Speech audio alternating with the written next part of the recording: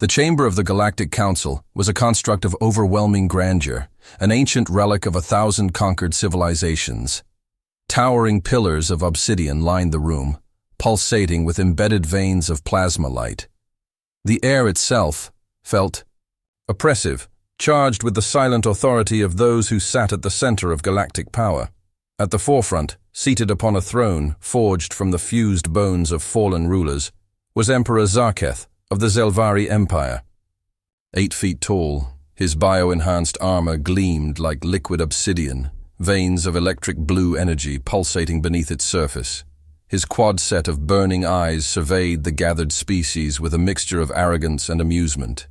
His voice, distorted by the translation systems to carry the weight of an unchallenged ruler, boomed across the chamber. The infestation must be eradicated. Murmurs rippled across the assembly. Some species muttered in agreement, others merely watched with detached interest. Zarketh continued, the ridges along his jaw tightening in distaste. These creatures, these humans, are an aberration. Primitive, fragile, reckless, they breed chaos and discord across the galactic web, and yet they dare to claim sovereignty over a world that should belong to a higher species. A holographic projection flickered to life above the chamber, displaying Earth spinning in the void, marked with crimson overlays of projected attack vectors. Zarketh's mandibles curled in a sneer. We give them one cycle, and then they are no more. The assembled factions responded with a mix of scoffs and shrugs. The Guerrillian consortium, whose members resembled biomechanical arachnids, chittered in laughter. The Vorak Guild, reptilian war profiteers, merely exchanged knowing glances. There was no profit in interfering. Only one figure, cloaked in shadows at the far end of the chamber, remained silent, his gloved fingers pressing against each other, thoughtfully. The declaration of war reached Earth within hours, transmitted through hijacked satellite systems and broadcast in every human language. The footage was simple. A countdown timer, ticking relentlessly toward 0, and a message from Zarketh himself. You are not warriors. You are not even a species worthy of war. Submit, and you will be given mercy. Resist, and you will be erased. The world's leadership convened in the secure chambers of the United Nations Military Assembly, buried deep beneath Geneva. The room was a chaos of arguing politicians, trembling officials, and grim-faced generals. The British Prime Minister insisted on negotiating for peace. The Russian Defense Minister proposed launching nuclear strikes into orbit, a futile gesture given humanity's lack of space superiority. The American president demanded an emergency evacuation plan, to which a Chinese admiral scoffed. And then, amidst the chaos, one man remained silent. Seated at the far end of the table, Commander Ethan Graves, a former Special Forces strategist turned military advisor, watched the debate unfold with detached interest. Scarred, calm, and unreadable, finally he spoke, his voice cutting through the din like a blade. If they think we're primitives, he said, let's not correct them just yet. The room fell silent. What do you mean? The UN Secretary General asked. Hesitantly. Graves leaned forward, tapping a finger against the steel table. The Zelvari expect a war of attrition. They expect us to throw everything we have at them in a straight fight. He glanced around the room, his gaze piercing. We don't play their game. The military official shifted uneasily. Then what do we do? Someone asked. A slow smirk formed on Graves' face. We let them land. The room erupted into protests. That's suicide! Graves remained calm. No, that's strategy. We let them land, and then we make them wish they never did. The Zelvari invasion fleet arrived exactly on schedule, blotting out the stars as it descended upon Earth's atmosphere. A massive, coordinated planetary assault. Thousands of dropships scorched through the sky, descending upon every major city. Biomechanical walkers crushed cars beneath their spiked limbs. Squadrons of hunter-killers swept the skies, disintegrating anything that resisted. And yet, They found nothing. New York, Moscow, Tokyo, London, Beijing. Every major city was abandoned. The Zelvari forces marched through empty streets, their scanners struggling to pick up life signs. One Zelvari commander, a four-armed warlord named Korvekt, strode through the desolate ruins of Paris, his claws flexing impatiently. "Where are they?"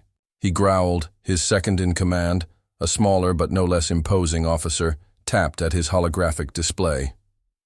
"Scanners show faint biosignatures, but they keep moving, vanishing." Korvekt's mandibles twitched. "This is not possible. We should be drowning in their resistance forces by now." Then the comms crackled, a soft, eerie whisper. It wasn't in Zelvari. It was in their own language. "Are you afraid?" Korvekt's claws tightened. "Who is this? Identify yourself."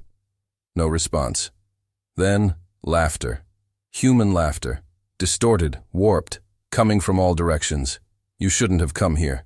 The radio signals erupted into a cacophony of voices, laughing, whispering, speaking in languages the Zelvari didn't recognize. Then, the first convoy vanished.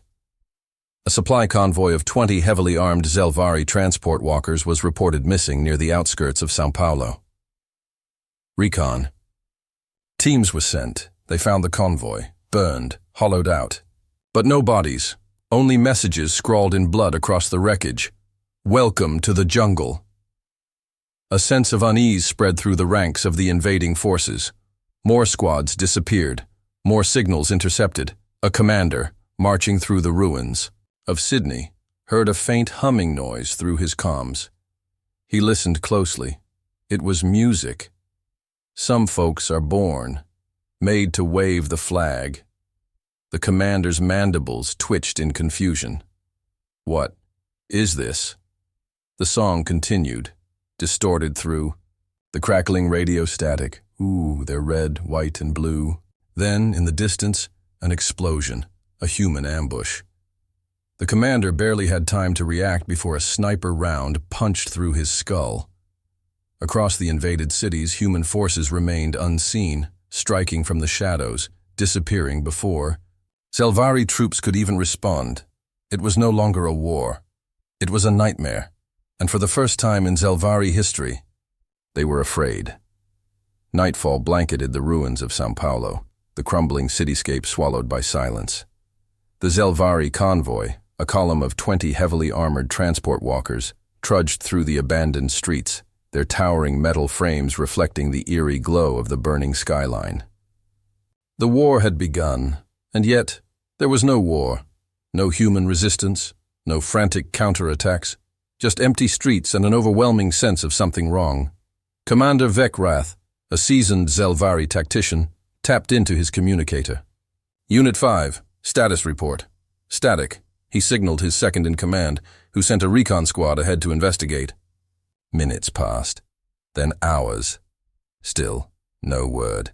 Then, just before dawn, a single message came through, weak and garbled.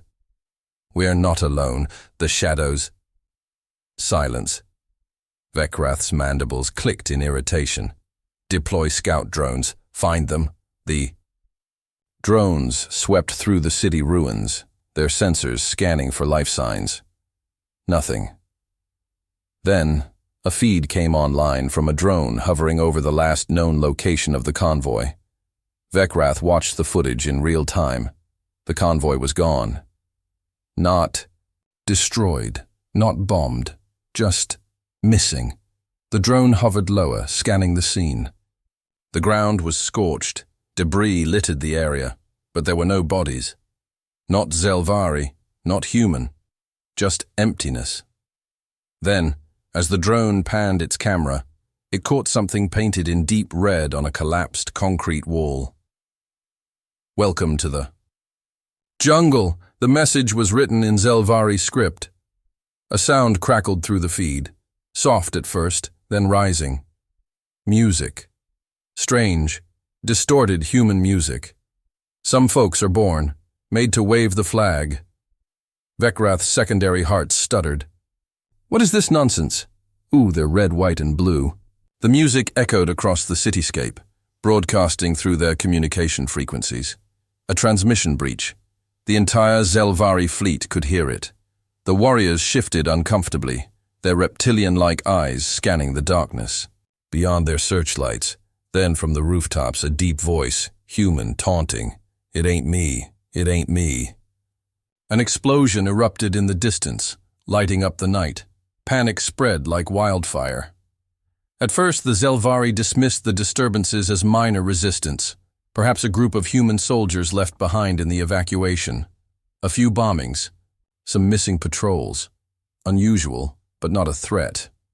But then, the malfunctions began.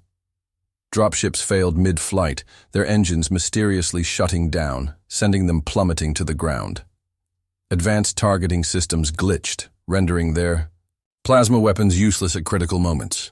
Entire squads vanished overnight, their bunkers found in the morning, walls smeared with warnings written in their own language. "Run," whispers echoed through Zelvari comm channels, in their own tongue. "You shouldn't have come here. This is our world now. You die in the dark." It was impossible. The humans had no technology capable of infiltrating their encrypted systems. And yet, the entire Zelvari war machine was unraveling. One by one, their commanders succumbed to paranoia. General Zorvek, an esteemed Zelvari warlord, stormed into his command tent after an unproductive war meeting. His aides scrambled to organize battle reports. His patience had worn thin. These humans were insects, pests, and yet nothing made sense. Then he noticed the silence. His officers, once buzzing with chatter and commands, were silent. His eyes adjusted to the dim glow of emergency lights. They were all dead, slaughtered, their bodies arranged in a perfect circle around his war map, their faces frozen in expressions of sheer terror. Blood had been smeared across the display screens, forming a single word: "Run." A chill ran through his exoskeletal frame. For the first time in his existence, General Zorvek felt fear. Deep within a hidden command bunker beneath the Rocky Mountains, Commander Ethan Graves studied the latest Zelvari reports, a grim smile playing on his lips. The aliens were breaking faster than expected. Across the table, Lieutenant Sarah Morgan leaned back, arms crossed, watching him. "You really think this is going to work?" she asked, skeptical but intrigued. Graves glanced up, his scarred face unreadable. "It already is," Morgan exhaled sharply, rubbing her temples. "We're outgunned, Graves. They have plasma cannons, battleships the size of cities, and bio-enhanced warriors. What the hell do we have?" Graves leaned forward, tapping on the holographic map, where the Zelvari movements flickered in erratic, confused patterns. "We have their fear," Morgan frowned. "Fear won't win us a war," Graves smirked. "No, but it'll make them stupid. And stupid enemies make mistakes." He tapped another button, displaying intercepted Zelvari transmissions. They were panicked, disorganized, breaking rank. Morgan's eyes widened. "They're scared." Graves nodded. "They expected a straightforward conquest. They don't know how to fight a war without rules." Morgan exhaled, shaking her head. "And you do." A flicker of something dark passed through Graves's gaze. "Better than most." She hesitated before speaking again. "How far are we taking this?" Graves leaned back in his chair, lacing his fingers together. "As far as it takes."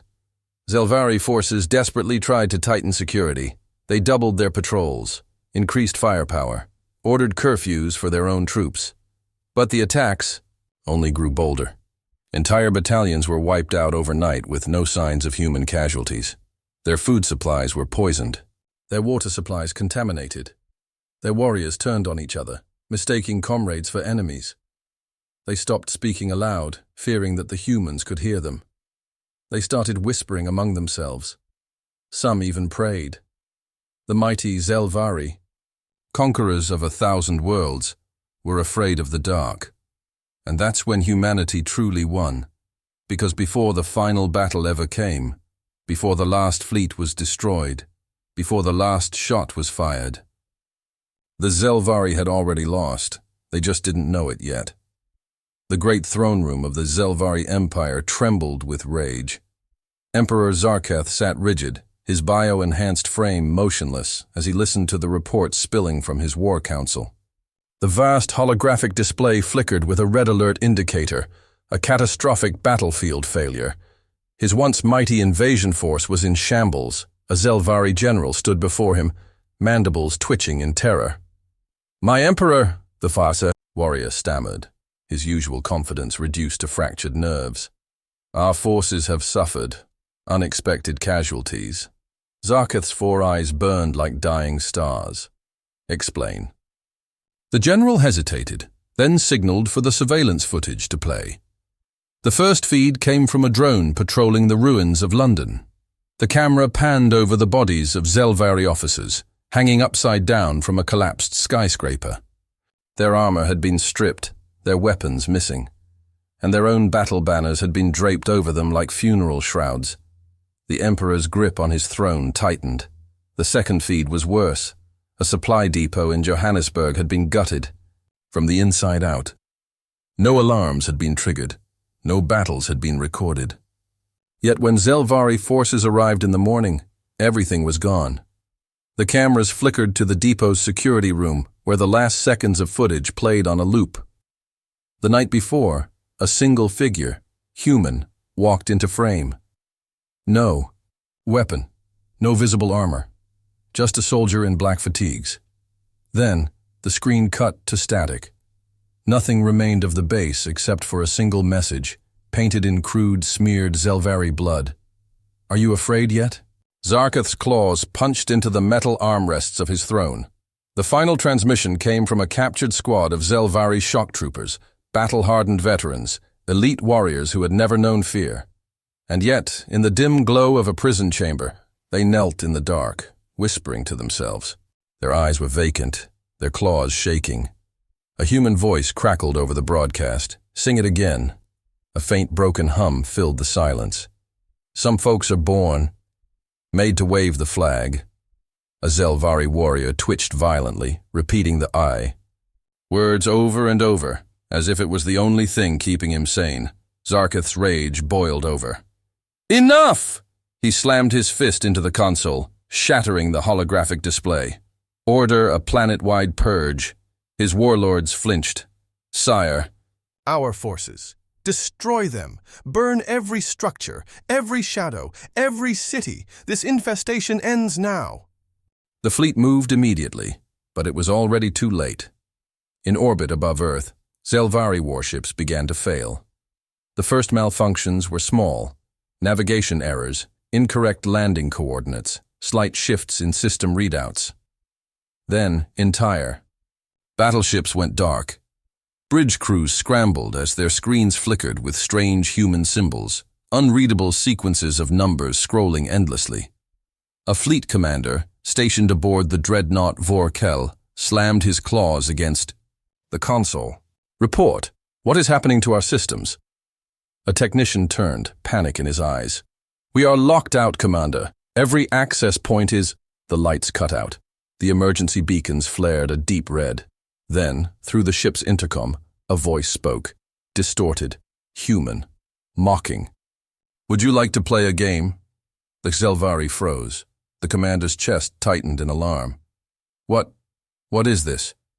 The displays flashed violently, then reset to a single, haunting image. A Zelvari warship, one of their own, drifting in space, completely overrun. It wasn't just a malfunction. Humanity had taken control. The planet-wide purge never came. By the time the order reached the surface, Zelvari soldiers had already started retreating, not by command, not by strategy, but by pure animalistic fear. The warriors that had once marched with unshakable arrogance now refused to enter the cities. They moved only in the broadest daylight, and even then, they never went alone. At night, they locked themselves in their fortifications, scanning the darkness, weapons trembling in their claws. Because when the sun fell, The humans returned. They whispered. They sabotaged. They took Zelvari one by one. It was no longer an invasion. It was a haunting, and the final blow came without warning. Zelvari command ships attempted to retreat from Earth's orbit, their fleets repositioning for withdrawal. The lead dreadnought's communications array buzzed to life. A voice, calm, steady, and unmistakably human, spoke through their emergency channels. Going somewhere? The ship lurched violently, engines cutting out, power fluctuating. Then the comms filled with something horrifying. The Zelvari officers on the bridge froze, mandibles clicking in confusion, because they heard themselves, not just their voices, their own screams. The ship's internal logs were being played back to them, recordings from their own dying soldiers, their own officers pleading for their lives. The commander of the retreating fleet snarled, his exoskeletal plating flaring in anger. "Shut it off!" The bridge technician tried. It wouldn't stop. Then across every single Zelvari warship, a final message appeared on their screens. We were never the prey. The fleet collapsed into chaos. Some ships tried to jump to light speed, only to explode mid-jump, their systems overloaded. Others turned on each other, mistaking hacked signals for enemy attacks. By the time the surviving Zelvari ships limped out of Earth's orbit, only a fraction of the original invasion force remained. The great Zelvari Empire, conquerors of countless worlds, had never lost a war. Until now. And it wasn't because of human weapons. It wasn't because of human technology. It was because they had fought something they could not understand. Something they could not kill. A nightmare. A ghost. And it wore the face of humanity. The massive warship tore through Earth's darkened sky like a vengeful god descending to smite the unworthy. Its hull, a living metal pulsing with Zelvari biotechnology, shimmered with energy as it passed over the smoldering ruins of what was once their grand conquest. What was supposed to be a victorious occupation had turned into something far worse, a nightmare from which they could not wake. Emperor Zarketh, the undisputed ruler of the Zelvari Empire, stood at the edge of the ship's open landing bay, his massive bio-enhanced armor glowing with power. The Empire's greatest warlord had come to personally end humanity's resistance, convinced that their final gasps of defiance were nothing but the inevitable last breaths of a doomed species. As the ship landed, releasing an ear-splitting wave of energy across the battlefield, Zarketh stepped onto the ravaged Earth, his towering form exuding absolute dominance. His elite warriors followed, forming an unbreakable wall of monstrous warlords, each one a conqueror of planets, each one draped in the armor of species long extinct, and yet the battlefield was silent. No desperate last stand, no final human army awaiting him. Just emptiness. A lone figure emerged from the smoke and shadows. Commander Ethan Graves, clad in a battle-worn uniform, his body showed the scars of war, but his posture was relaxed, almost casual. He stood alone against the Zelvari warlord, his expression unreadable. Zarketh exhaled through his respirator, the sound like a grinding machine. "You are the leader of this pathetic resistance?" Graves tilted his head, smirking. "Resistance?" He glanced around at the empty battlefield before returning his gaze to the Emperor. "Nah, we were just getting started." Before Zarketh could respond, a single sniper shot cracked through the night. A Zelvari general beside him collapsed instantly, a smoking hole through his skull. Then another shot. Another warlord fell. Chaos erupted. From the rooftops, the ruins, the broken city streets, human forces emerged. Not in formation, not in open combat. They moved like ghosts, striking before they were ever seen.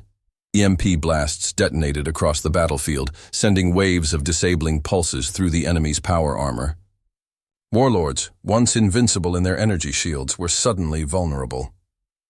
The Zelvari fired wildly, plasma blasts ripping through empty space, but their targets were already gone before they could adjust. Explosions tore through their lines, but not from tanks or heavy artillery. The very buildings they marched through collapsed on command, trapping them in death traps, set long before they had even landed. The Zelvari, once the apex predators of the galaxy, were now prey. Zarketh roared in fury, cutting down a human soldier who had gotten too close. "Stand and fight, cowards!" But the humans did not fight on his terms. They fought like shadows, like whispers of death, never where they were expected, always just beyond reach. By the time the Zelvari realized the battle was already lost, it was too late. A final detonation erupted behind them, cutting off their retreat. The warlords who had survived up until now turned toward their emperor, waiting for orders that would never come. Zarketh turned back to Graves, his mandibles twitching in frustration. "You fight like vermin. You cannot even call this war." Graves wiped a streak of blood from his cheek with the back of his glove, sighing. "You keep saying that. And yet, here we are." The battlefield was littered with Zelvari bodies. Zarketh had never known defeat. But this was worse than defeat. This was humiliation. Graves took a step forward. "We both know how this ends." The Emperor drew his massive ceremonial blade, the same one he had used to execute the rulers of countless civilizations, then let it end. Without hesitation, he lunged. Zarketh was fast, faster than any human could possibly be. His blade sliced through the air, aimed to decapitate Graves in a single clean strike. But Graves wasn't there anymore. He had already moved. The blade carved through empty space. Zarketh barely had time to react before a combat knife slashed across his side, a wound so precise, so calculated, that it severed a cluster of his enhanced nerve endings. His left arm went numb. Graves sidestepped, his movements unreadable. "Your problem, Zarketh, is that you keep underestimating us," the Emperor snarled, swinging again, but Graves ducked low, driving his knife between the plates of Zarketh's armor, slicing deep into the muscle beneath. Zarketh staggered. The undefeated conqueror of 1,000 worlds was bleeding. Graves wiped the blood off his knife on his sleeve, shaking his head. "You never understood, did you?" He paced around the Emperor, watching him struggle to steady himself. "You thought you were fighting an army."